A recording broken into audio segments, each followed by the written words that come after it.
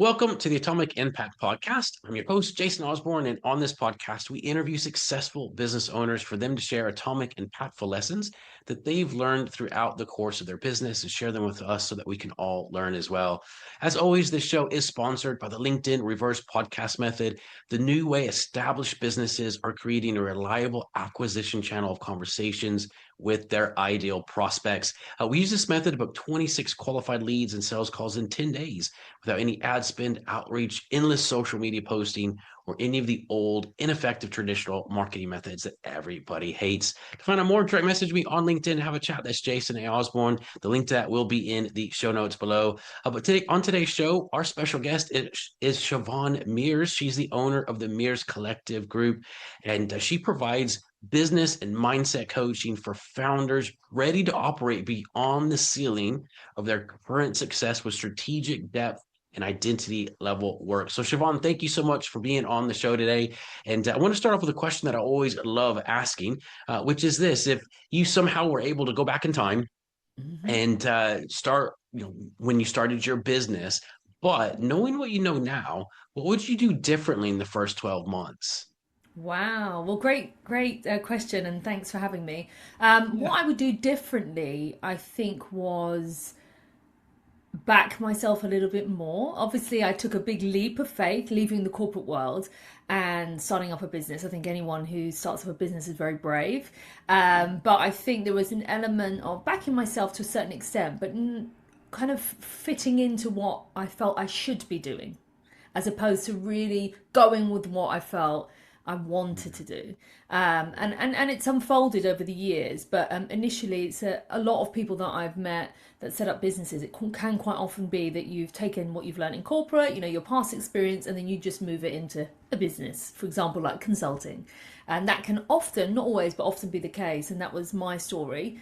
So instead of just fitting back into another box, I would say break the norm and try something different, which I did eventually anyway.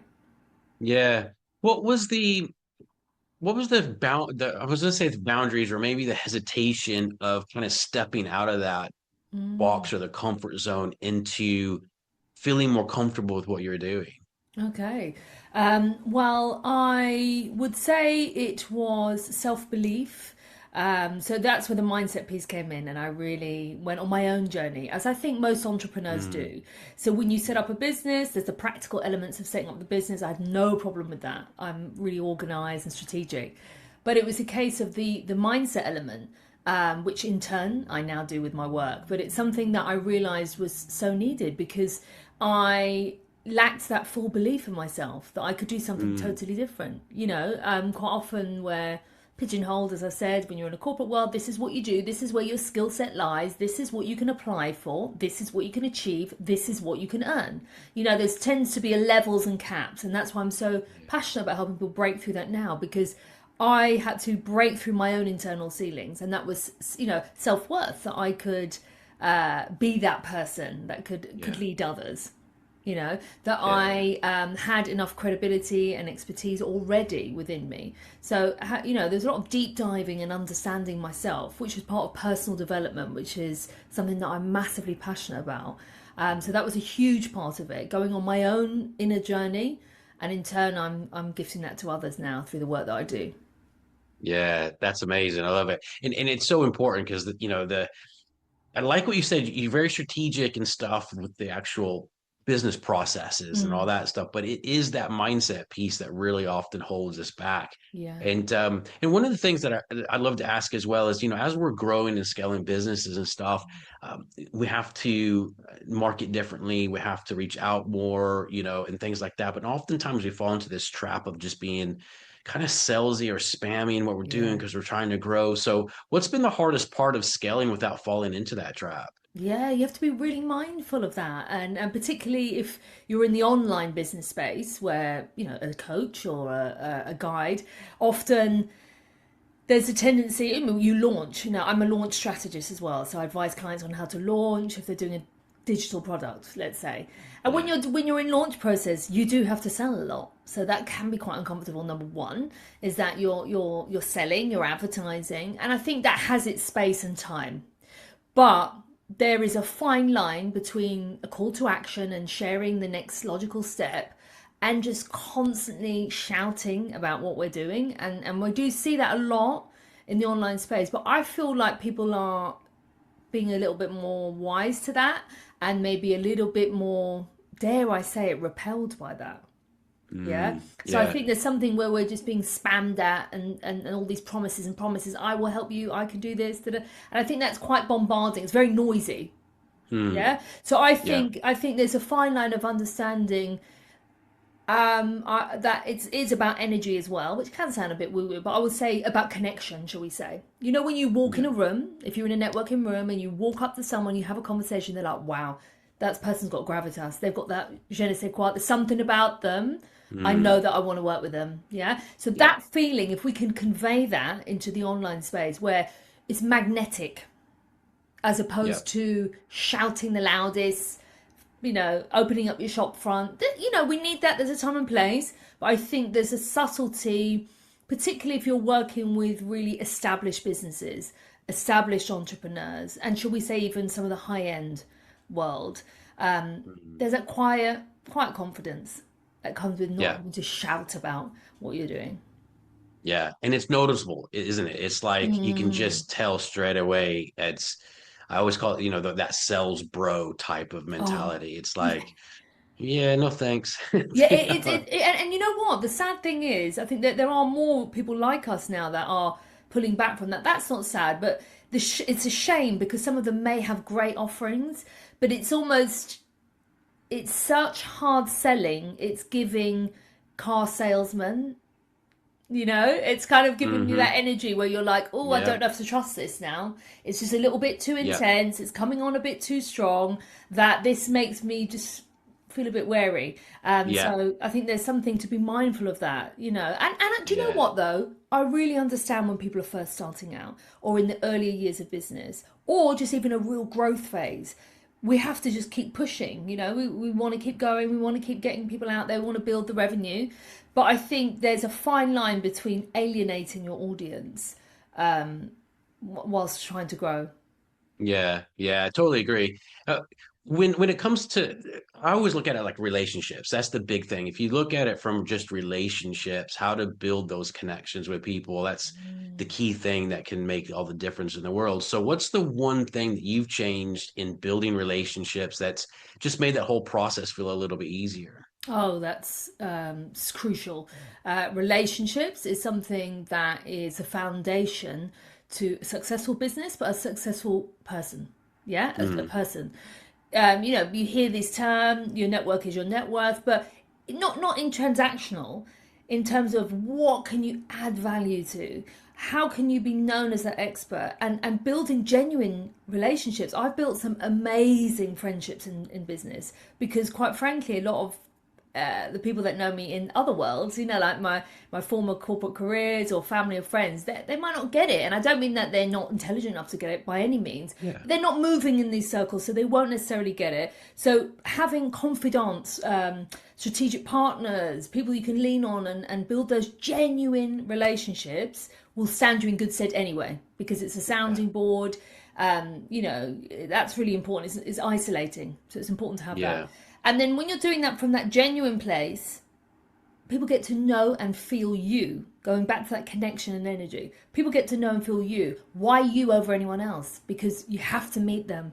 They're just so, they're a really good person. There's a good guy, that kind of feeling. So you're getting that across. yeah, But second to that, what I've learned is I used to have lots of conversations with people when I was first starting to grow my business.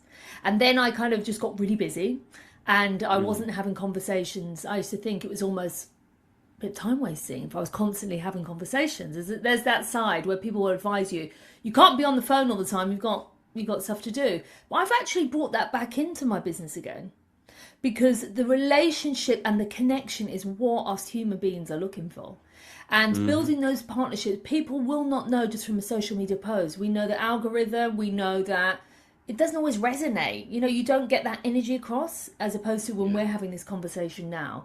So I think there's opportunities since having those conversations for people that want to collaborate, strategic partnerships, referrals, you name it. And that's yeah, without going in there. with that intention, just checking in. How are you doing? What's happening in your Yeah. world? How can I help? Yeah. Yeah. I love that. I love that. And I love that you bring it back, just having conversations. Yeah. And there's a balance, right? Like there's people out there, they just, oh, you just want to have coffee meetings, Yeah, yeah, yeah, and yeah. those are That's kind of it. a waste of time, right? It's Yeah, like, well, all right.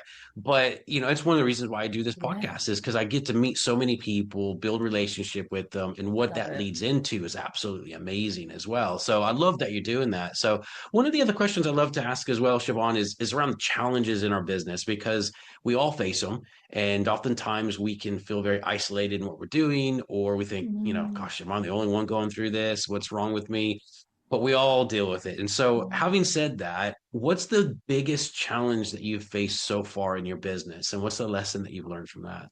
Oh gosh, there's been loads of challenges, but Yeah. that has been part of the growth journey, like the personal growth journey as well. Um, I would say, in all honesty, it was working on my mindset. Mm, It really, really, really genuinely was. It was really understanding the capabilities that I had, while I knew on a practical level, working on the invisible blocks. Yeah. So they can be, yeah. come back to childhood, can be all kinds of stories and beliefs and narratives that often aren't ours. Yeah. So you can be working the strategy, you can be doing all the things at the top level and you're growing, whatever. But sometimes, and I see it a lot of clients, there's a resistance there. You rubber band, the nervous system Yeah. doesn't feel safe, so it'll come back to a certain level. Yeah. You hear of people having financial thermostat. I don't know if you've heard of that. Where Yeah. a certain bank balance would go to a certain point. There's it just rubber bands to a safe zone, and then understanding and going on my own journey to really understand, and not just for finances. I'm talking about anything. It could be like you grow your Mm, team to a certain point, you whatever it is. And I really knew that I was meant to have greater impact, but help more people, reach more people, really dive yeah. into my purpose. Yeah. Made for more. I don't mean Yeah. monetary, Yeah. more like more impact. And Yeah. I realized that there was a resistance there, but the most frustrating thing, but the most enlightening thing was that it was invisible. Yeah. And it was self imposed, which is sometimes Yeah. the hardest thing. If it's Yeah. outside Yeah. of you, Yeah. you can say, well, I tried that strategy, I done this, I done that, I done this. So I can tick all the boxes, but there was something that I knew was rubber banding me back to a certain level that was safe or deemed Yep. safe. So when I done that work, like I'm fascinated by the mind and the nervous system and the expansion that we can have. When I went on that journey, I realized, wow, this is something I wasn't sharing with my clients. I need to tell Mm, more people about this. I need to help more people yeah. because we can change, and that's the beauty of it. And this is something from within. So I would say that was the biggest lesson. And to summarize that, the biggest lesson was understanding what was holding me back and being learning how to get out of my own way. Yeah. Yeah. I love that. I love that. Well, Mm. as you're moving forward and growing in your business, let's say over the next 2 to 3 years, what Yeah. are what are your goals? What would you like to achieve? Oh wow, lots. I run events for women in business. So I do those, but I'm refining them. So it's a case of being really intentional now. Everything I've grown and Yeah. built. I have a group program already, so that helps me reach a certain demographic of people that I want to be able to help. But I'm now, the next thing will be my mastermind that I'll be launching later this year because I know that it's literally what we talked about. It's exactly it. It's relationships, like real depth of relationship, people that get it at your level. There's a certain, Yeah. you can show up in any room. It's like a coffee chat. Is that productive? Is that useful? No, I don't think so. So having the right intentional space of room for people to grow, and work on those limitations and become more expansive, and also to probably get back into some of the other markets, the global markets that I've worked in before. So in my career, I've worked in the Middle East and, with different cultures and countries. So I do some of that with the work that I do, but I want to get back more into these arenas now and more globally. So impacting more people globally, enriching the depth and intention of the work that I do. And next year I'll be running retreats to help people take some time away from the noise of life so that they can really connect to their next chapter. Love that. I love that. Well, Thank Siobhan, for you. people that are looking to get in touch with you, what's the best way for them to do that? Best way to do that is probably on LinkedIn. So Siobhan Mears on LinkedIn. Happy to share my link. I'm also on Instagram as well. If you want to see a little bit behind the scenes on stories of what I get up to. So that's I am Siobhan Mears, and I do share some videos on TikTok as well. But I'd say LinkedIn is a great place to start. Amazing, amazing.